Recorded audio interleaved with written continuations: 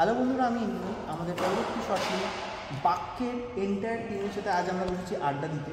তো আড্ডা দেওয়ার আগে আমরা একটু পরিচয় পর্ব সেরে নেব।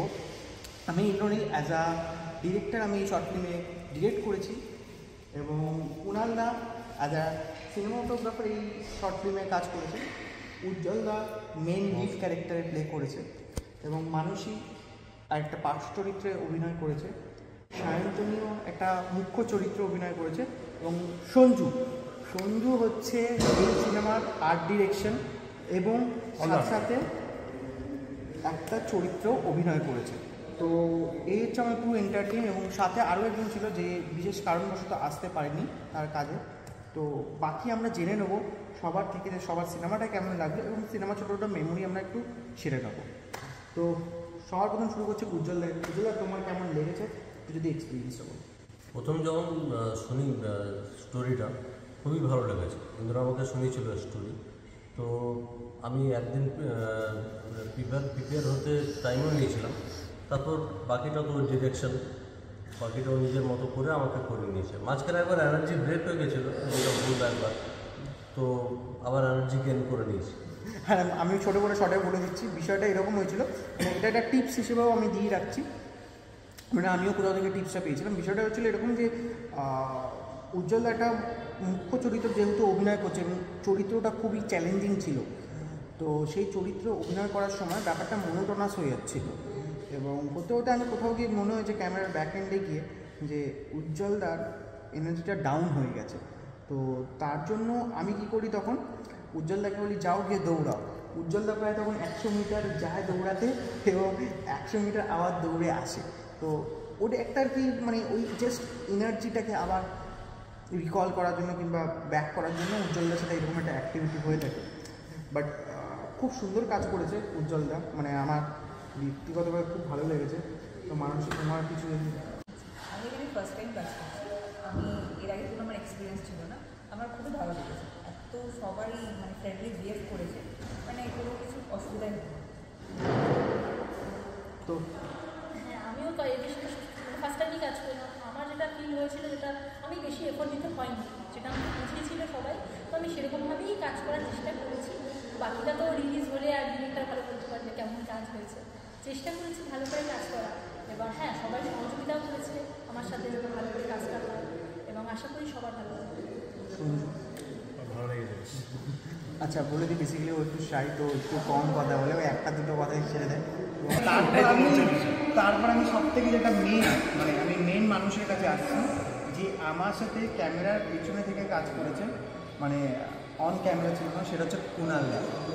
এবার কুণালদার এক্সপিরিয়েন্স একটু বড়োভাবে বলবে আশা করি, কারণ কি ফ্রম দ্য বিগিনিং থেকে আমরা ছিলাম, স্টোরি বিল্ড আপ থেকে শুরু করে, মানে যেদিনকে আমার মাথায় থটটা আসে যে কুণালদা আমি এইটা করছি, তো তুমি অ্যাজ আ ডিওপি হিসেবে করছো, তো কুণালদার সাথে আমার যে কতক্ষণ দিনে 4-5 বার করে মিটিং হতো আমাদের, যে কুণালদা এই শটটাকে এরকম করবো, এটাকে একটু ইম্প্রোভাইজ এরকম করে বলবো, এই সমস্ত কিছু আমি বলবো না, কুণালদা বলবো, বাকিটা কুণালদা এক্সপিরিয়েন্স শেয়ার করবে।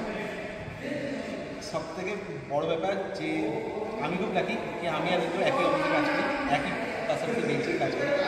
তো ইন্দ্রর মাথায় যখন ফার্স্ট থটটা এসেছিল যে এই টাইপের কোনো একটা স্টোরি করি, তো ইন্দ্র আমাকে শুনিয়েছিল যে কুণালদা এরকম একটা করা যায়, আর আমার স্টোরিটা ভালো লেগেছিল, তো ইন্দ্রকে বললাম চলো করে ফেলি। তো করে ফেলার পর আমরা কীভাবে করবো সমস্ত প্ল্যান, মানে আমরা সমস্ত মানে পেন অ্যান্ড পেপার নিয়ে বসে প্রতিটা শট আমরা ডিসকাস করেছি, কোন লেন্সে কীভাবে শ্যুট করলে সেটা ভালো হবে, অ্যান্ড ইভেন কোন লগে শ্যুট করবো যাতে আমাদের মানে পরে post production, colour correction, each and everything যাতে আরও বেশি সিনেম্যাটিক অ্যান্ড প্রফেশনাল হইতে হয়। হতে পারে এটা শর্ট ফিল্ম, বাট এটাতে আমরা এফোর্ট দিয়েছি সেই টোটাল একটা ফিচার স্ক্রিন যেভাবে আমাদের করা হয়। আর এর আগে আমি কোনোদিন মানে মুভিতে কাজ করি, এর আগে প্রি ওয়েডিং অনেক কাজ করেছি, আর তারপর আমার ক্যামেরা লেন্স নিয়ে আমার ছিল, তো হঠাৎ করে আমি ইন্দ্রর সাথে কথা হয় কি ইন্দ্র মুভি করে, তো আমি বললাম ঠিক আছে আমি তো প্রি ওয়েডিং করবো, ঠিক আছে তুমি চলে এসো আমরা একটা মুভি করি একসাথে।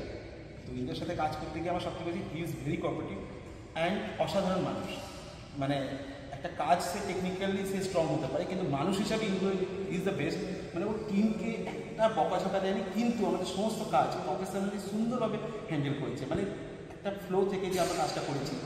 আর আমার মানে ইন্দ্রর সাথে তো খুবই ভালো লেগেছে, তার সাথে আমার টিম মানে এত সুন্দর কি আমি আগে থিয়েটারে কাজ করতাম, আমি বোঝাতে হতো যে এইভাবে শটটা দাও, but they are very very talented. এদেরকে বলতে হয়নি যে কোন শটটা কীভাবে দিতে হবে।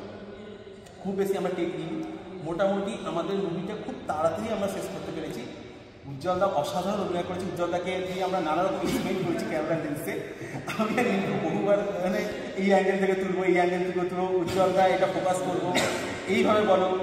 সায়ন্তিনীকে আমরা বহুবার টেক নিয়েছি যে সায়ন্তিনী এইভাবে চলো, এইভাবে বলো, ও ভালো করছে, বাট আমাদের ক্যামেরাতে যেটা মানে প্রপার যদি না লাগে তা আমরা নিজেদের মতো অ্যাঙ্গেল সেট করে আমরা একই জিনিস বারবার শ্যুট করেছি।